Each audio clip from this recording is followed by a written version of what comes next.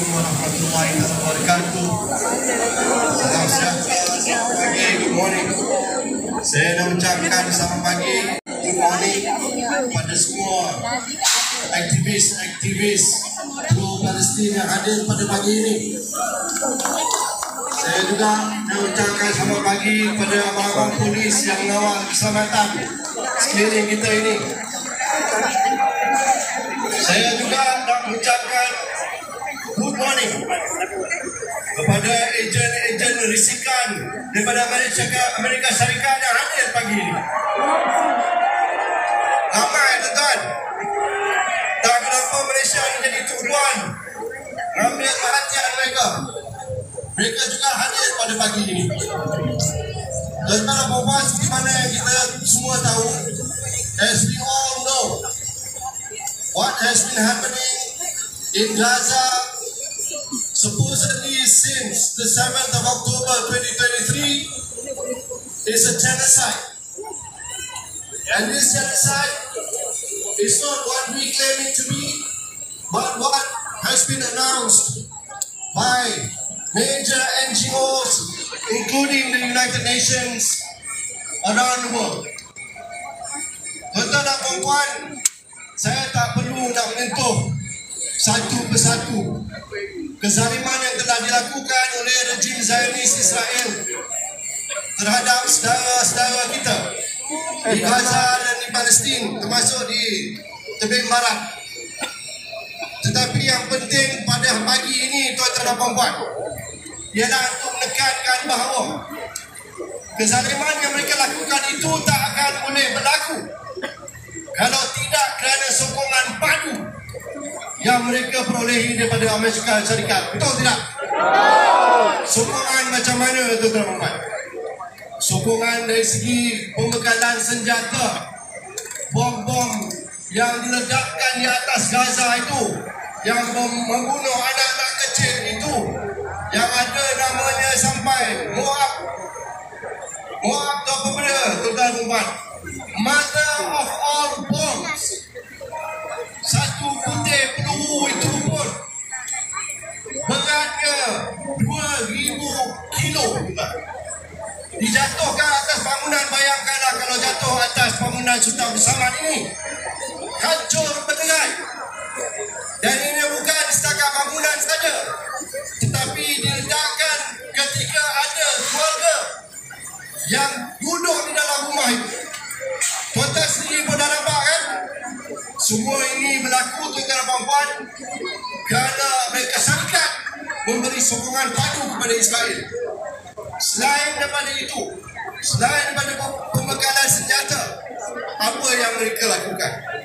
Mereka juga memberikan lindungan politik kepada Israel. Setiap kali ada usul untuk menghalang Israel daripada melakukan genosida di Pertubuhan Bangsa Bersatu, siapa di Majlis Keselamatan itu yang sentiasa veto untuk melanggar usul itu?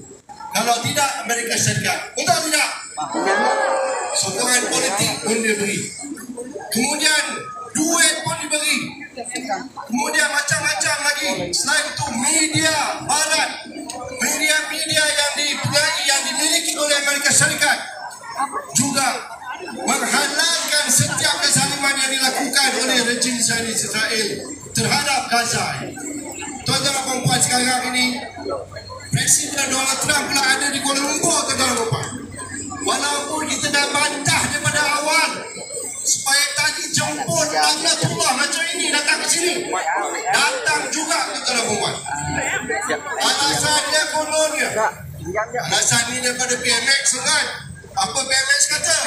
Dia kata datang, kita jemput datang ke sini untuk hadir sidang kemuncak Asia supaya kita boleh tegur Donald Trump, katanya. Kalau tak boleh percaya nak tegur kan?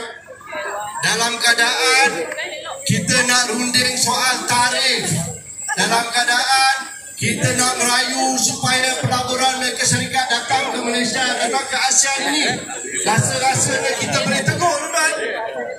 Saya rasa tidak. Nak tegur apa lagi? Adakah PMX nak tegur Donald Trump itu Israel jangan lakukan genosida. Dah berlaku dah pun. Betul tidak? Nak merayu kepada Donald Trump supaya jangan bekalkan senjata. Dah berpuluh bilion dolar nilai senjata yang telah dibekalkan. Betul tidak? Nak minta supaya selamatkan rakyat Palestin di Gaza. Dah tebuk 67 ribu rakyat Palestin terkorban, termasuk tak kurang 20 ribu kanak-kanak kecil yang bukan setakat mati macam itu saja, ada yang terputus tangan, terputus kaki dan macam-macam lagi tentang ubat. Jadi nak tegur macam mana lagi, nak tegas macam mana lagi dengan Donald Trump ini? Betul tidak? Yang sebaik-baiknya, sepatutnya tak dijemput, tak diajak orang macam ini datang ke Malaysia. Betul? Kita nak beritahu dia orang ini, daripada pandangan rakyat Malaysia, orang pemimpin macam Donald Trump ini, bahasa kita kata kurang ajar. Betul? Yang kita rasa bahasa dia orang ni macam ni, bangsat sebenarnya. Orang Kedah kata kahak loknak. Loknak kahak. Ini orangnya. Tuan-tuan dan puan-puan, inilah masanya. Rakyat Malaysia nak kena bersuara, dan solidariti bukan setakat dengan rakyat Palestin, tetapi dengan protes-protes yang berlaku di seluruh dunia pada waktu ini, termasuk di Amerika Syarikat. Itu sebabnya saya sangat kecewa apabila lokasi protes kita hari ini dipindahkan daripada Ampang sana datang ke dataran Merdeka. Betul? Apa sebabnya? Sebab kalau dah seluruh dunia membuat protes, di Malaysia pun sebenarnya perasaan pro Palestin ini dah meluap dah, tuan-tuan. Kita dah tak tahan lagi dah. Tambah lagi Donald Trump yang tangannya berlumuran darah itu pun nak dijemput datang ke sini. Maka kita nak meluahkan perasaan kita. Tetapi apa sebabnya nak dihalang protes aman seperti mana yang dilakukan oleh rakyat Malaysia? Betul tidak, tuan? Kita rakyat Malaysia ni orang aman. Kita tak berusuh. Kita bukan jenis yang haru biru, yang buat kacau bilau. Kita cuma nak bersuara, dan hak bersuara itu tergantung dalam perlembagaan kita, tuan-tuan.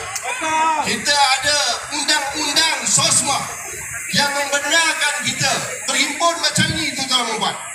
Jadi tuan-tuan dan puan jangan takut, jangan khawatir. Beritahu kawan-kawan kita, beritahu saudara mara kita, datang ke sini. Jangan risau. Ini semua ni nak tunjuk kepada Amerika sebenarnya. Kononnya keadaan keselamatan kita sangat terkawal di Malaysia. Memang betul dah terkawal. Sebab apa? Sebab yang protes ini tak buat bising pun. Kita tak ada nak usuh apa-apa pun. Betul tak? Jadi benarkanlah, permudahkanlah, bukalah jalan. Benarkan rakyat Malaysia datang berhimpun di sini untuk kita meluahkan perasaan ini. Kalau tidak, kalau disekat, kita risau rakyat Malaysia ni satu benda, satu perkara dibuat, dia melatah juga, betul? Jadi jangan sampai kita melatah. Jadi saya sangat merayu kepada pihak berkuasa, jangan nak dengar sangat cakap Amerika Syarikat tu. Mereka itu bangsat.